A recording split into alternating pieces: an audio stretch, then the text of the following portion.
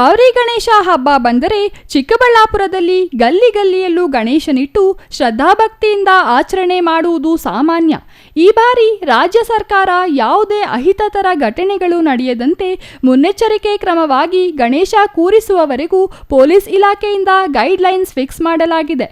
ಗಣೇಶ ಪ್ರಿಯರು ತಮ್ಮ ಏರಿಯಾಗಳಲ್ಲಿ ಗಣೇಶ ಮೂರ್ತಿಗಳನ್ನಿಟ್ಟು ಅದ್ದೂರಿ ಆಚರಣೆ ಮಾಡಿದ್ದಾರೆ.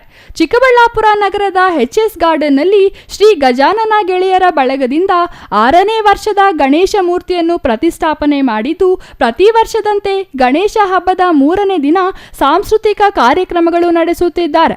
ಇದೇ ಮೊದಲ ಬಾರಿಗೆ 10 ಕೆಜಿಯ ಲಾಡು 5,000ಕ್ಕೆ ಹರಾಜಾಗಿಟ್ಟು ಹೂವಿನ ವರ್ತಕ ಡಿಕೆವಿ ವೆಂಕಟರಾಜು 51,000 ಮೊತ್ತಕ್ಕೆ ಕೂಗಿ ದೇವರ ಲಾಡು ತಮ್ಮದಾಗಿಸಿಕೊಂಡಿದ್ದಾರೆ.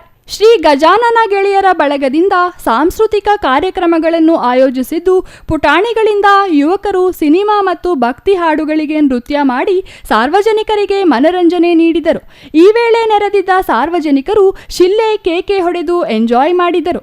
ಶ್ರೀ ಗಜಾನನ ಗೆಳೆಯರ ಬಳಗ ಎಚ್ಎಸ್ ಗಾರ್ಡನ್ನಲ್ಲಿ 6ನೇ ವರ್ಷದ ಅದ್ದೂರಿ ವಾರ್ಷಿಕೋತ್ಸವವನ್ನು ನಡೆಸ್ಕೊಂಡು ಬರ್ತಾ ಇದ್ದೀವಿ. ಮತ್ತು ಇವತ್ತು ನಿಕ್ಕಿ ಡ್ಯಾನ್ಸ್ ಸ್ಟುಡಿಯೋಯಿಂದ ಡ್ಯಾನ್ಸ್ ಪ್ರೋಗ್ರಾಮ್ಸ್ ಇತ್ತು. ಮತ್ತು ನಾಳೆನೂ ನಾಟ್ಯಪ್ರಿಯ ತಂಡದಿಂದ ಡ್ಯಾನ್ಸ್ ಪ್ರೋಗ್ರಾಮ್ಸ್ ಇರುತ್ತೆ. ಇವತ್ತು ದೇವರಿಗೆ ಇಕ್ಕಿದ್ದು ಲಡ್ಡು ಪ್ರಸಾದವನ್ನು ಹರಾಜಿಗೆ ಹಾಕಿದ್ವಿ.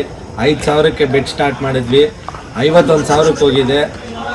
ತುಂಬ ಖುಷಿ ಆಗ್ತಾಯಿದೆ. ನಾಳೆನೂ ಎಲ್ಲರೂ ಬಂದು ಪ್ರೋಗ್ರಾಮಲ್ಲಿ ಪಾರ್ಟಿಸಿಪೇಟ್ ಮಾಡಬೇಕು ಅಂತ ಕೋರ್ಕೊಂಡು. ಈ ವೇಳೆ ನೆರೆದಿದ್ದ ಭಕ್ತಾದಿಗಳಿಗೆ ಅನ್ನ ಸಂತರ್ಪಣೆ ಮಾಡಲಾಯಿತು. ಶ್ರೀ ಗಜಾನನ ಗೆಳೆಯರ ಬಳಗದಿಂದ ಗಣ್ಯರಿಗೆ ಸನ್ಮಾನಿಸಲಾಯಿತು. Nandakumar, CTV news, Chikkaballapur.